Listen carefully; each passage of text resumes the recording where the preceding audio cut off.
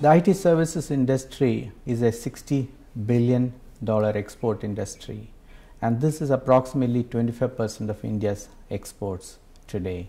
So in that sense, it's a very, very important part of the overall economy. It's about 4 or 5% of the GDP also. So clearly, it's a very important part of the Indian economy. We are seen as one of the leaders of the industry from India. We were one of the pioneers in creating this industry because we came out with this concept of remote delivery of services. We figured out how we can brand it, how we can sell it outside the country, and of course the industry has scaled up also. Because it has scaled up dramatically, the impact has become large, and hence of course everybody talks about it. If it was small, then it wouldn't have been noticed so much. Because it has become very large, it employs today 2 million people. It has caught the attention of the world.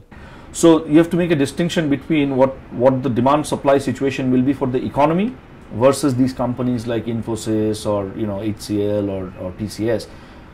These companies individually as companies recognize that they have to move up the value chain, and so they are putting in place these training programs, these skill development curriculum, where they will be able to avail of the higher position in the value chain.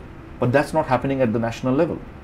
So I think while a lot of these individual companies, the large IT companies, are doing the right things by moving up and gearing to the challenges that's coming, as a nation we are not doing that. So I think there is going to be a big mismatch between the demand for high value add services and the supply that we can provide. And so I think what will happen is, right now if you look at the IT sector in India or the BPO sector, there are hundreds of companies. It's in fact, the large IT sector, IT companies like the Infosys, BPO, Wipro and all, they're only a small fragment of the IT sector.